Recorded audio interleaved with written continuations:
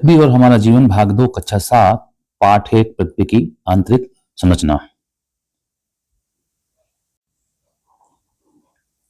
हमारी पृथ्वी जिस पर हम रहते हैं ऊपर से ठंडी, ठोस एवं कठोर दिखाई देती है। क्या बच्चों आपने कभी सोचा है कि अंदर से कैसी होगी? आइए जानें अपनी पृथ्वी के बारे में। इस पाठ में हम लोग विस्तार से जानेंगे कि हमारी पृथ्वी अंदर से कैसी है और किन परतों से मिलकर बनी हुई है और आंतरिक परतें किस अवस्था में हैं, द्रव अवस्था में है, ठोस अवस्था में है या सेमी सॉलिड, अर्ध द्रव, अर्ध ठोस अवस्था में है। हम जानते हैं कि लगभग 5 अरब वर्ष पहले, बच्चों ध्यान दीजिए, 5 अरब वर्ष पहले सौर मंडल की उत्पत्ति हुई। कब हुई हमारे सौर मंडल की उत्पत्ति? 5 अरब वर्ष पहले। हमारी पृथ्वी भी सौर मंडल के 8 ग्रहों में से एक है। उत्पत्ति के समय पृथ्वी गर्म गैसों और धूल के कणों से बनी आग के धधकते हुए गोले के समान थी। करोड़ों वर्षों के बाद पृथ्वी का वायुमंडल बना। घनघोर वर्षा के फलस्वरूप धीरे धीरे पृथ्वी की ऊपरी परत ठंडी हुई। पृथ्वी आज भी अंदर से गर्म है। पृथ्वी बच्चों हमारी आज भी अंदर से गर्म है। कैसी है अंदर से हमारी पृथ्वी? गर्म है। गोरसी के कुछ उपले या कंडे रखकर जलाइए। कंडे जल जाने के बाद ठंडे होने पर ऊपर से राख दिखाई देगी। अब एक लोहे की पतली लंबी सलाई राख के अंदर डालिए। 2 मिनट बाद सलाई निकालकर अनुभव कीजिए, आपको सलाई गर्म लगेगी। ऊपर से ठंडी दिखने वाली आग अंदर के अंदर गर्मी बनी हुई है। ठीक इसी प्रकार हमारी पृथ्वी भी ऊपर से ठंडी, कठोर होने के बावजूद आज भी अंदर से गर्म है। चर्चा कीजिए, अगर पृथ्वी ठंडी ना होती तो क्या होता? बच्चों को पृथ्वी हमारी ठंडी ना होती तो क्या होता? जीवन नहीं होता, क्योंकि गर्म चीज में जीवन नहीं पनप पाता है। गर्मी पाकर के सारे जीव जंतु नष्ट हो जाते हैं। इसलिए अगर पृथ्वी आज हमारी ऊपर से ठंडी है, इसलिए आज यहाँ जीवन पनप पाया। अगर ठंडी ना होती तो जीवन नहीं पनप पाता। तो चलिए बच्चों जानते हैं पृथ्वी की आंतरिक संरचना के बारे में। हमारी पृथ्वी की आंतरिक संरचना की तुलना प्याज से की जा सकती है। बच्चों प्याज तो सबने देखी होगी। प्याज को हम छीलते हैं, फिर उसके बाद छीलते हैं। अगर हम प्याज को छीलते जाएं लगातार तो छीलते छीलते छीलते छीलते लास्ट में हमारे हाथ कुछ भी नहीं आएगा। पृथ्वी भी हमारी कुछ इसी तरह है। पृथ्वी में भी प्याज की तरह कई परतें हैं जो भिन्न भिन्न मोटाई की हैं। यदि पृथ्वी को मध्य से आर पार काटे, चित्र 1.1 जैसी पृथ्वी हमारी दिखाई देगी। चित्र 1.1 बच्चों देखिए, ये बिल्कुल देखिए ऊपर की परत जो हमें दिख रही है हरी हरी, ये ठंडी है। इसके बाद आप देखिए लाल है तो थोड़ा सा गर्म है और अंदर की परत और गर्म है।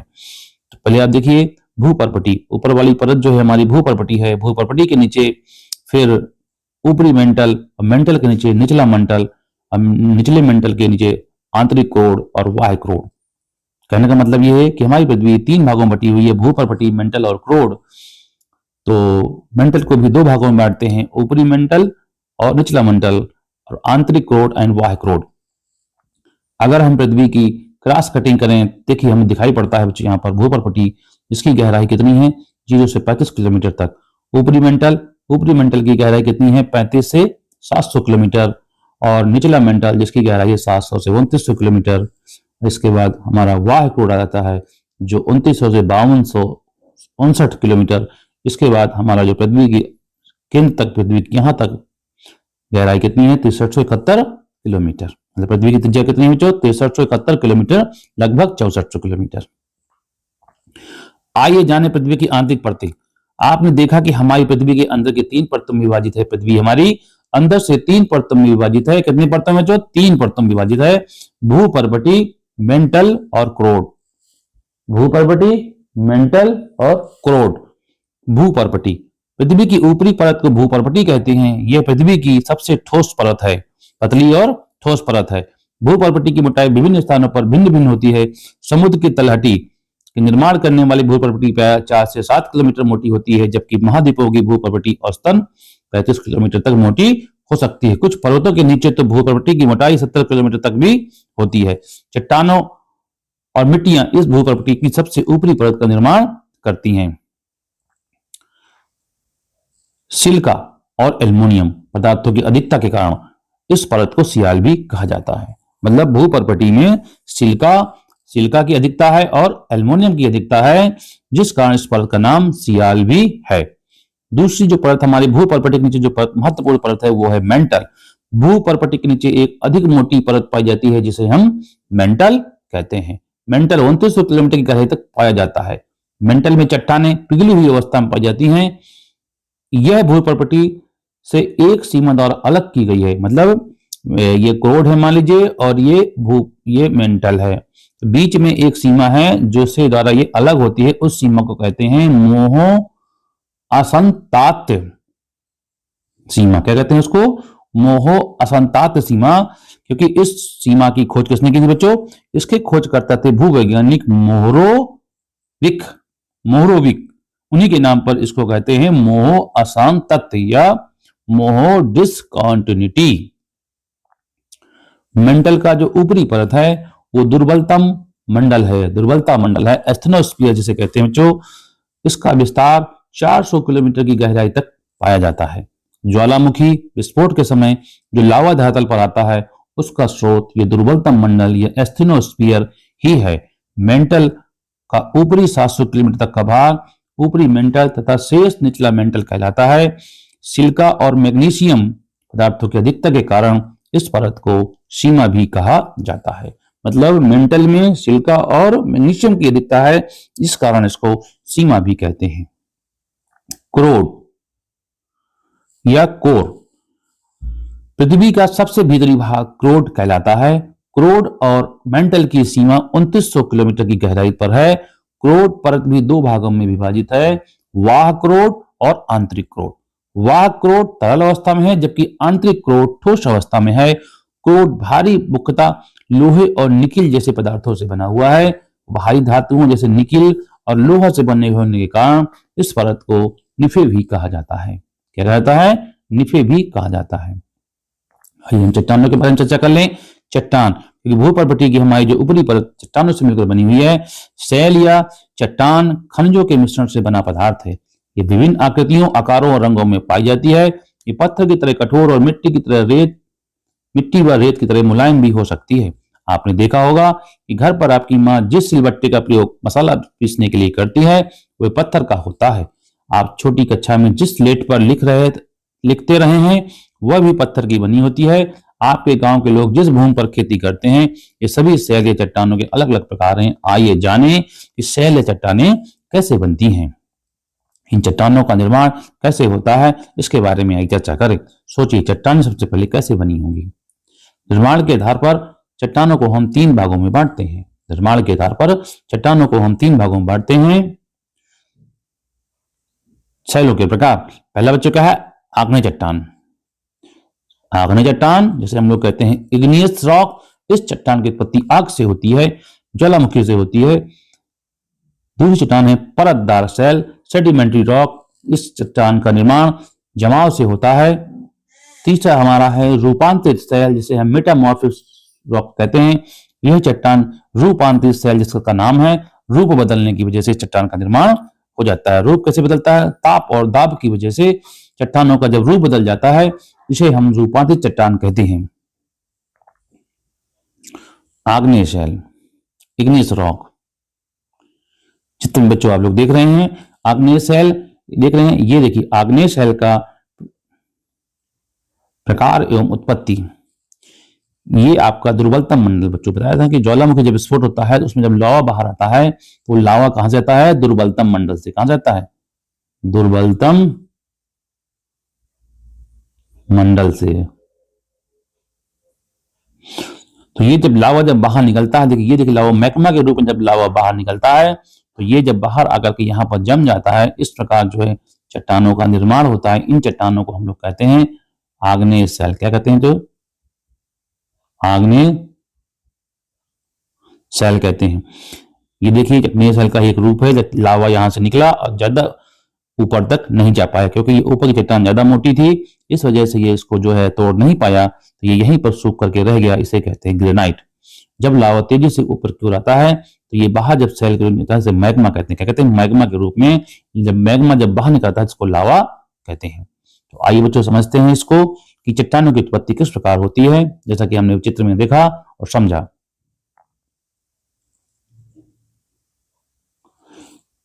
आग्नेय लैटिन शब्द इग्निस का रूपांतरण है इग्निस, जिसका अर्थ होता है आग। आग्नेय शैलों के निर्माण की प्रक्रिया जानिए। चित्र में देखते उड़ती हुई राख और धुआं जैसा पदार्थ बाहर निकलता दिखाई पड़ रहा है। आग्नेय शैलों की रचना इन्हीं भूगर्भ से निकलने वाले तत्वों और तरल पदार्थों के ठंडा होकर जमने के फलस्वरूप हुई है। ये तरल पदार्थ पृथ्वी के आंतरिक भागों में गर्म एवं पिघले रूप में रहते हैं, जिसे मैग्मा कहते हैं। जब ये मैग्मा पृथ्वी के बाहर पहुंचता है तो इसको लावा कहते हैं। ग्रेनाइट, बेसाल्ट, गैब्रो, डायोराइट, ये सब आग्नेय शैलों के प्रमुख उदाहरण हैं। भूपर्पटी, पृथ्वी की भूपर्पटी का 2/3 भाग आग्नेय शैलों से बना हुआ है। जो हमारी पृथ्वी की भूपर्पटी है, इसका 2/3 मतलब 2/3 भाग जो है आग्नेय शैलों से बना हुआ है। आग्नेय शैलों को प्राथमिक चट्टान या प्राइमरी रॉक भी कहते हैं, क्योंकि इन्हीं चट्टानों से अन्य चट्टानों का भी निर्माण होता है। आइए इनकी प्रमुख विशेषताएं जानें। पहली क्या होती है विशेषता बच्चों? आग्नेय शैल कठोर होती है, अपरदन कम होता है। मतलब ये बिल्कुल हार्ड होती है और हार्ड होने की वजह से इसका अपरदन कम होता है। यह शैल रवेदार और दानेदार होती है। इन शैलों में परत नहीं पाई जाती है, मतलब परतें नहीं होती चट्टान में, क्योंकि जमाव से नहीं बनती, इसलिए परतें ये जमाव से नहीं बनती, जमाव से नहीं बनती हैं, इसलिए इसमें परतें नहीं पाई जाती हैं।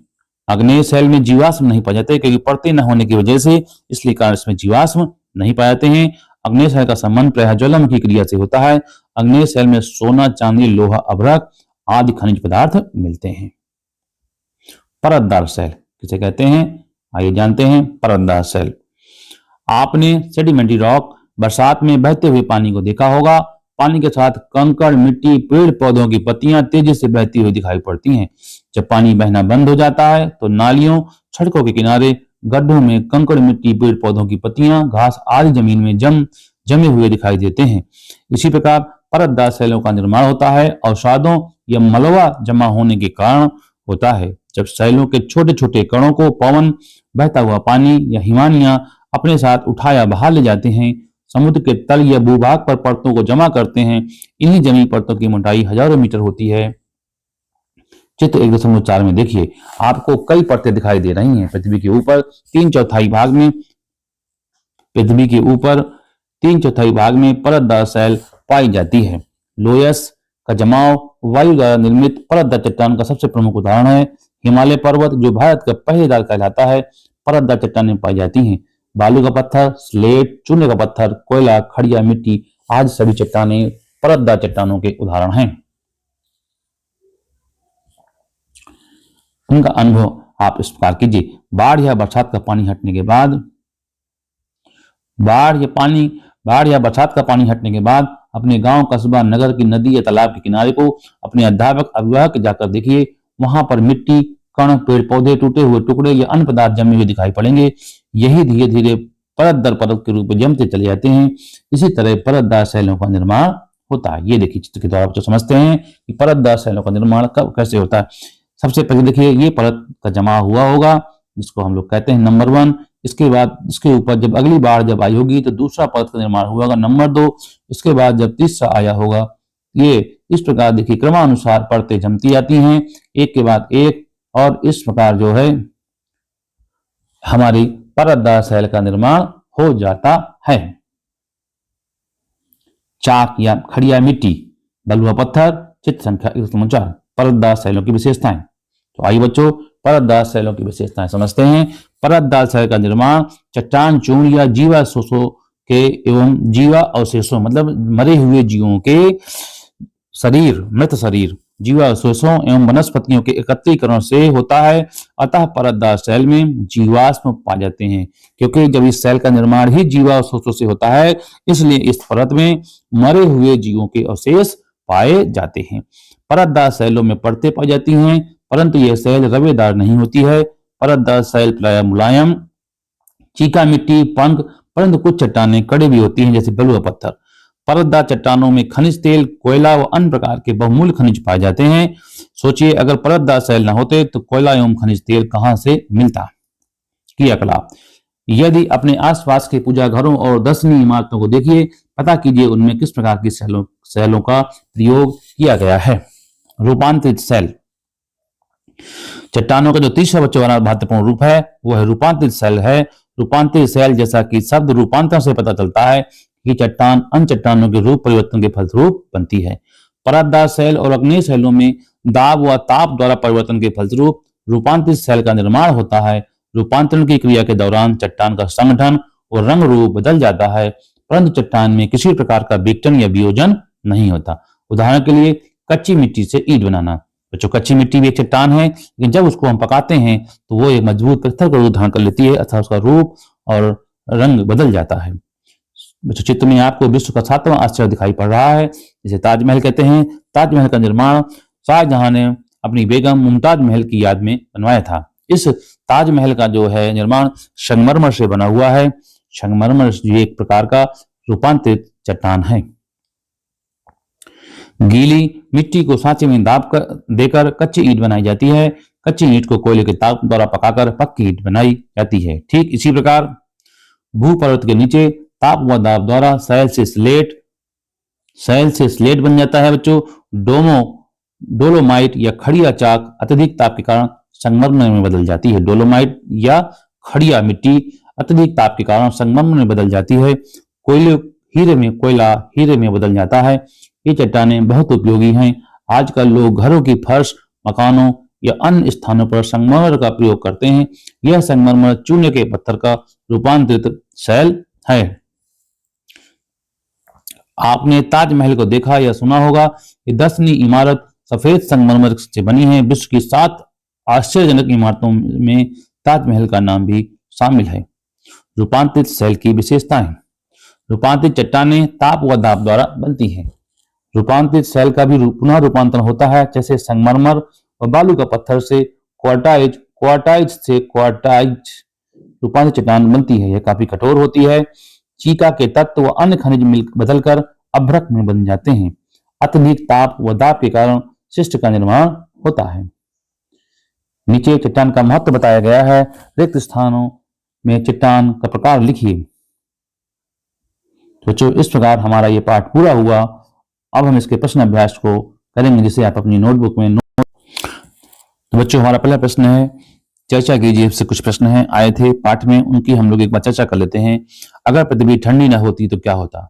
इसका उत्तर बच्चों होगा, अगर पृथ्वी ठंडी न होती तो इस पर जीवन नहीं होता। दूसरा प्रश्न बच्चों हमारा था, सोचिए चट्टानें सबसे पहले कैसे बनी होंगी? तो चट्टानें सबसे पहले ज्वालामुखी से निकलने वाले तत्वों और पदार्थों के ठंडा होकर जमने के फलस्वरूप बनी होंगी। तीसरा प्रश्न है हमारा, चर्चा कीजिए अग्नेय शैलों में जीवाश्म क्यों नहीं पाए जाते हैं? अग्नेय शैलों की संरचना भूगर्भ से निकलने वाले गर्म एवं पिघले हुए तरल पदार्थों के ठंडा होकर जमने के फलस्वरूप हुई हैं, इसलिए इसमें जीवाश्म नहीं पाए जाते, क्योंकि आग में सारे जीवाश्म जलभस्म हो जाते हैं। इसलिए चूंकि जमाव नहीं हुआ है, इसलिए इन चट्टानों में जीवाश्म नहीं पाए जाते हैं। जीवाश्म कहाँ पाए जाते हैं? कौन चट्टान पाए जाते हैं? जीवाश्म परतदार चट्टानों में ज्यादा पाए जाते हैं, उन्हीं में पाए जाते हैं। सोचिए, अगर परतदार शैल ना होते तो कोयला और खनिज तेल कहाँ से मिलता? परतदार शैल ना होते तो कोयला और खनिज तेल नहीं मिल पाता। पता करें, आपके घरों में लगने वाली ईंट का निर्माण कैसे होता है? सर्वप्रथम गीली मिट्टी को सांचे में दबाकर कच्ची ईंट बनाई जाती है। फिर कच्ची ईंट को कोयले के ताप द्वारा पकाकर पक्की ईंट बनाई जाती है। चट्टान का महत्व बताया गया है। रिक्त खाने में चट्टान का प्रकार लिखिए। चित्र देखिए, समझिए। मकान व मूर्ति बनाने के लिए हम लोग बालू का पत्थर, संगमरमर और चट्टान, ये रूपांतरित चट्टान है। लिखने के लिए चाक, स्लेट, ग्रेफाइट का प्रयोग करते हैं, एक प्रकार की परतदार चट्टान है। जलाने के लिए कोयला का प्रयोग करते हैं, यह भी एक रूपांतरित चट्टान है। आभूषण हीरे से बनता है। रूपांतरित चट्टान कृषि के लिए चीका मिट्टी, लावा मिट्टी, लोयस मिट्टी, ये सब आग्नेय चट्टानें हैं। प्रश्न अभ्यास। प्रश्न नंबर 1, निम्नलिखित प्रश्नों के उत्तर दीजिए। इन्हें बच्चों आप लोग नोट करते जाएंगे। पृथ्वी की आंतरिक परतों के नाम लिखिए। पृथ्वी के अंदर से 3 परतों में विभाजित है। पृथ्वी अंदर से 3 परतों में विभाजित है, भूपर्पटी, मेंटल और क्रोड। मेंटल भी 2 परतों में, ऊपरी निचला मेंटल में विभक्त है। क्रोड भी आंतरिक व बाह्य क्रोड में बटा हुआ है। भूपर्पटी की सबसे अधिक मोटाई कहाँ होती है? भूपर्पटी की सबसे अधिक मोटाई पर्वतों के नीचे होती है। पर्वतों के नीचे इसकी मोटाई कहीं कहीं 70 किलोमीटर तक भी होती है। ज्वालामुखी विस्फोट से निकलने वाला लावा कहाँ एकत्रित रहता है? ज्वालामुखी विस्फोट से निकलने वाला लावा पृथ्वी की सतह पर जमा होता है। तो बच्चों यहाँ पर गलत लिखा हुआ है, इसको सही कर लीजिए कि ये जो है लोहा नहीं है, यहाँ पर लावा लिखना है। क्या लिखना है बच्चों? लावा। पृथ्वी ज्वालामुखी विस्फोट में निकलने वाला लावा पृथ्वी की सतह पर जमा होता है। आग्नेय शैलों की विशेषताएं लिखिए। आग्नेय शैलों की निम्नलिखित विशेषताएं हैं। शैल कठोर होती है, अतः अपरदन कम होता है। ये शैल रवेदार और दानेदार होती है। इन शैलों में परत नहीं पाई जाती है। बच्चों यहाँ भी सही कर लीजिए, ये जो लिखा हुआ है ये गलत लिखा हुआ है। यहाँ पर हम लोग लिखेंगे अतः। क्या लिखेंगे? अतः। तो इन शैलों में परतें नहीं पाई जाती हैं, इन शैलों में जीवाश्म नहीं पाए जाते, इन शैलों का संबंध प्राय ज्वालामुखी क्रिया से होता है। इन शैलों में बहुमूल्य खनिज पदार्थ, सोना, चांदी, अभ्रक आदि मिलते हैं। रूपांतरित शैल कैसे बनती है? अग्नेय शैल तथा परतदार शैल में ताप व दाब द्वारा परिवर्तन के फलस्वरूप रूपांतरित शैलों का निर्माण होता है। प्रश्न नंबर 2, यहाँ कुछ शैलों के नाम दिए हुए हैं, उन्हें सही वर्ग में लिखना है। ग्रेफाइट, हीरा, चूने का पत्थर, संगमरमर, अभ्रक, कोयला, स्लेट, बालू, बेसाल्ट, ग्रेनाइट, आग्नेय, परतदार एवं रूपांतरित 3 श्रेणियों में लिखेंगे इनको। शैलों का सही वर्गीकरण: आग्नेय शैल, अभ्रक, बेसाल्ट, ग्रेनाइट, अवसादी शैल, कोयला, चूने का पत्थर और बालू। रूपांतरित शैल: संगमरमर, स्लेट, ग्रेफाइट, हीरा। तीसरा प्रश्न बच्चों, निम्नलिखित वाक्यों से गलत शब्द को काटकर वाक्य सही कीजिए। आग्नेय शैल कठोर एवं रवेदार होते हैं। सही बच्चों, आग्नेय शैल कठोर भी होती है और रवेदार होती है। परतदार शैलों की उत्पत्ति में नदियों का बड़ा हाथ है, ये भी बिल्कुल सही है। रूप तथा गुणों के परिवर्तन से बनी शैल को रूपांतरित शैल कहते हैं, यह भी सही है। चूने के पत्थर से संगमरमर बनता है, यह भी सही है। हिमालय पर्वत परतदार शैल का उदाहरण है, यह भी सही है। रिक्त स्थानों की पूर्ति कीजिए। पृथ्वी की ऊपरी परत को सियाल, सबसे निचली परत को निफे। चूना पत्थर रूपांतरण के फलस्वरूप संगमरमर बनता है और मंडल का ऊपरी परत दुर्बलतम मंडल कहलाता है। बच्चों इसी के साथ हमारा यह पाठ पूरा हुआ। चौहान भैया अतर्रा वाले चैनल को लाइक, शेयर एंड सब्सक्राइब करें। Thank you.